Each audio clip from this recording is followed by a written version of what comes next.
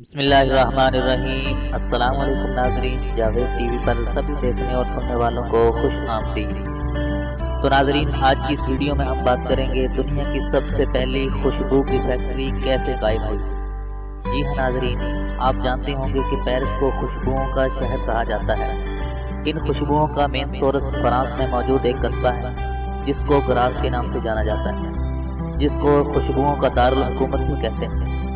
تو اسی گاؤں میں دنیا کی سب سے پہلی خوشبوؤں کی فیکٹری بھی موجود ہے جو 1747 میں قائم ہوئی۔ اس فیکٹری کے بننے اور اس قصبے کو خوشبوؤں کا دارالحکومت کہلانے کے پیچھے مسلمانوں کی ایک دلچسپ داستان ہے۔ تو آج کی اس ویڈیو میں اپنے جاوید ٹی وی کے ناظرین کو اس دلچسپ داستان کے بارے میں بتاتا ہوں۔ امید ہے کہ اس سے آپ کے علم میں ضرور اضافہ ہوگا۔ تو ناظرین، ویڈیو شروع کرنے سے پہلے ہمیشہ کی طرح ایک چھوٹی سی گزارش کہ اگر آپ نے ابھی تک ہمارے اس چینل کو سبسکرائب نہیں کیا ہے تو پلیز ویڈیو کے نیچے دیے گئے لال بٹن پر کلک کر کے ہمارے اس چینل کو سبسکرائب کر لیجیے اور ساتھ ہی بیل کے آئیکن پر لازمی کلک کیجیے تاکہ آپ کو ہماری ہر نئے آنے والی ویڈیو سب سے پہلے مل سکے۔ تو چلیے شروع کرتے ہیں۔ ناظرین، گراس جنوبی فرانس کا قدیم قصبہ ہے۔ یہ قصبہ نیس، کینٹ اور مونٹی کارلو کے ہمسائے میں واقع ہے۔ الپس یہاں سے شروع ہوتے ہیں۔ آپ چند میل کا فاصلہ طے کر کے الپس کے پہاڑوں میں داخل ہو جاتے ہیں۔ 15ویں صدی میں اسپین میں مسلمانوں کی حکومت تھی۔ یہ لوگ سماجی لحاظ سے انقلابی تھے۔ انہوں نے یورپ میں ٹائی بھی متعارف کرائی اور صابن بھی، کرسٹل بھی، پیراشوٹ بھی اور علاج کے جدید طریقے بھی۔ مسلمان تاجر اور سیاح عموماً مونٹی کارلو، نیس اور کین سے گزرتے تھے۔ کیوں گزرتے تھے؟ کیونکہ یہاں سمندر ہے۔ یہ لوگ کشتیوں کے ذریعے اس علاقے میں پہنچ جاتے تھے اور دوسری وجہ اس علاقے کا موسم بھی تھی۔ ناظرین، یہ علاقہ نسبتاً گرم ہے۔ یہاں گرمیوں میں شدید گرمی پڑتی ہے اور عرب لوگ گرم علاقوں کو پسند کرتے تھے۔ تو 15ویں اور 16ویں صدی کے درمیان عرب گراس میں یاسمین کے بیج لے آئے۔ یہ بیج انہوں نے علاقے کے لوگوں میں تقسیم کر دیے۔ لوگوں نے یہ بیج زمین میں بو دیے۔ تو یہ زمین گویا صدیوں سے یاسمین کے بیجوں کا انتظار کر رہی تھی۔ چنانچہ ناظرین، زمین پر بیج گرنے کی دیر تھی اور پورا علاقہ یاسمین کی خوشبو سے مہک اٹھا۔ لوگ حیران پریشان ہو گئے۔ لیونڈر اس علاقے میں صدیوں سے اگ رہا تھا۔ یاسمین کی خوشبو لیونڈر کی مہک میں ملی تو گراس خوشبوؤں کی سرزمین بن گیا۔ سیاح جو ہی گراس کے قریب پہنچتے تھے یہ مست ہو جاتے تھے۔ زمین کی اس تاثیر نے عربوں اور مقامی لوگوں کو کاروبار کا ایک نیا راستہ دکھایا تھا۔ ناظرین، یہ لوگ پھولوں کی مختلف اقسام اگانے لگے۔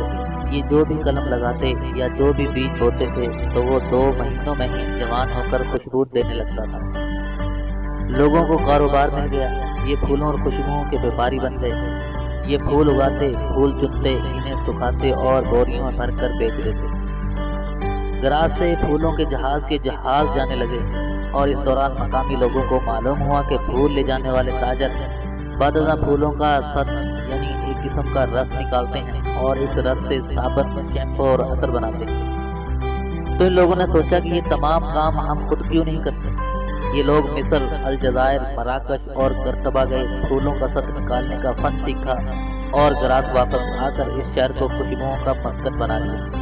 تو ناظرین، یہ لوگ پھولوں کا ست نکالنے لگے۔ پھولوں کا رس عمل کشیف کے ذریعے نکالا جاتا ہے۔ یہ عمل بھی مسلمانوں کی ایجاد ہے۔ گراس میں کاپر کے بڑے بڑے حمام بنائے گئے۔ ان کے ساتھ شیشے کی بڑی بڑی ٹیوبز لگائی گئی اور ان ٹیوبز کو ٹھنڈے پانی کے حوضوں سے جوڑا گیا اور گراس اس طرح پرفیومز کا دارالحکومت بن گیا۔ تو یہ فن آہستہ آہستہ پورے علاقے میں پھیل گیا۔ گراس کے تمام دیہات اور ان دیہات کے تمام لوگ خوشبوؤں کے فنوں سے وابستہ ہوتے چلے گئے۔ یہ پھول اگاتے، ان کا عطر بناتے اور بیچتے تھے۔ یہ خوشبودار صابن، شیمپو، اگربتیاں اور مہکتی ہوئی موم بتیاں بھی بنانے لگے۔ تو ناظرین، یوں یہ علاقہ خوشبوؤں کا ایک مرکز بنتا چلا گیا۔ شہر میں لیبارٹریاں بنی۔ لیبارٹریوں میں خوشبوؤں کے ماہر آئے۔ ماہرین نے مختلف خوشبوئیں ملا کر نئی نئی خوشبوئیں ایجاد کر دی اور یوں خوشبوؤں کے برانڈ بنتے چلے گئے۔ شیشہ سازوں نے گراس کا رخ کیا اور یہ خوشبوؤں کی خوبصورت بوتلیں بنانے لگے۔ یہ بوتلیں پیکنگ کی انڈسٹری کو گراس لے آئیں اور یوں یہ بزنس پھیلتا چلا گیا۔ ناظرین، اس علاقے میں چمڑا رنگنے کی انڈسٹری لگی، ٹینریز لگی اور یہ چمڑا اٹلی کے شہروں ٹیورن، پیسا اور فلورنس میں بکنے لگا۔ اس چمڑے کے دستانے، جوتے اور پرس بنتے تھے۔ یہ تینوں چیزیں دیکھنے میں خوبصورت لگتی تھی لیکن ان میں خامی موجود تھی کہ چمڑے کی بو آتی تھی۔ چمڑے کی صنعت نے گراس کی خوشبو کی انڈسٹری کو بہت متاثر کیا، لیکن پھر گراس کے چند فنکاروں نے ایسی خوشبو بنا ڈالی جو چمڑے کی بدبو کو خوشبو میں بدل دیتی، اور خواتین جب دستانے اتارتی تھی تو ان کے ہاتھوں سے بدبو کی بجائے خوشبو آتی تھی۔ تو اس ایجاد نے گراس کی خوشبو انڈسٹری کو ہوسٹ دیا اور یہ دیکھتے ہی دیکھتے علاقے کی سب سے بڑی انڈسٹری بن گئی۔ ناظرین، 1747 میں گراس میں پرفیوم کی پہلی فیکٹری لگی، اس کا نام گالی مارٹ تھا۔ یہ آج بھی قائم ہے اور یہ دنیا کی پہلی پرفیوم فیکٹری تھی۔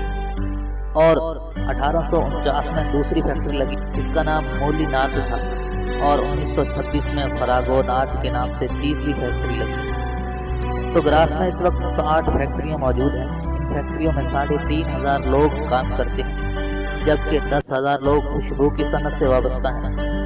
حکومت نے 1999 میں گراس میں خوشبو کا عجائب گھر بھی بنایا، تو اس میوزیم میں خوشبو کی صنعت سے وابستہ 5000 اشیاء پڑی۔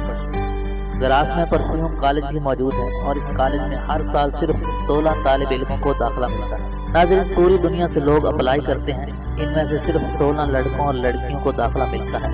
آپ ان 16 لوگوں کے معیار کا خود اندازہ لگا لیجئے کہ یہ کیسا کالج ہوگا۔ تو یہ شہر خوشبوؤں کے خام مال کا مرکز ہے۔ یہ لوگ پھولوں کا ست اور رس بیچتے ہیں۔ یہ کتنی بڑی اور قیمتی انڈسٹری ہے، آپ اس کا اندازہ صرف ایک چیز سے لگا لیجیے۔ گراس سے گلاب کے پھولوں کا ست ملتا ہے، یعنی کہ رس ملتا ہے۔ آپ اگر یہ رس خریدنا چاہیں تو آپ کو 1 لیٹر کے 42 لاکھ روپے ادا کرنا پڑتے ہیں۔ یہ غیر معمولی رقم ہے، لیکن آپ یہ اندازہ بھی لگا لیجیے اس 1 لیٹر رس سے گلاب کے کتنے پرفیوم بنتے ہوں گے۔ اس سے گلاب کے پرفیوم کی 2 لاکھ بوتلیں بنتی ہیں، اور آپ اگر ایک بوتل 1000 روپے میں بھی فروخت کریں تو آپ منافع کا اندازہ خود لگا لیجیے۔ ناظرین، خوشبو ایک ایسا احساس اور نازک سائنس ہے۔ آپ کو کبھی کسی پرفیوم لیبارٹری میں جاننے کا اتفاق ہو تو آپ وہاں موجود لوگوں کو دیکھ کر حیران رہ جائیں گے۔ یہ لوگ دن کا زیادہ تر وقت خوشبو میں گزارتے ہیں۔ یہ سگریٹ اور شراب نہیں پیتے، ان کی یادداشت غیر معمولی ہوتی ہے۔ یہ ایک خوشبو سونگھتے ہیں، پھر اسے ذہن کے ایک خانے میں محفوظ کر لیتے ہیں، اور پھر دوسری خوشبو سونگھتے ہیں تو اسے دوسرے خانے میں محفوظ کر لیتے ہیں، اور پھر ذہن میں موجود دونوں خوشبوؤں کو ملا کر ایک نئی خوشبو بناتے ہیں۔ تو ناظرین، لوگوں کو یہ نئی خوشبو باقاعدہ محسوس بھی ہوتی ہے۔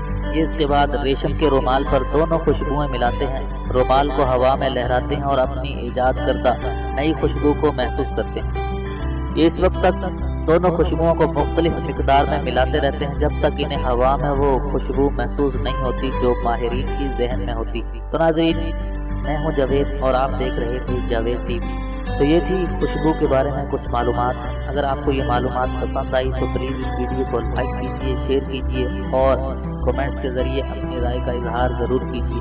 تو آج کی اس ویڈیو میں بس اتنا ہی، ملتے ہیں مزید ایک نئی ویڈیو کے ساتھ، تب تک کے لیے اجازت دیجیے۔ اللہ حافظ۔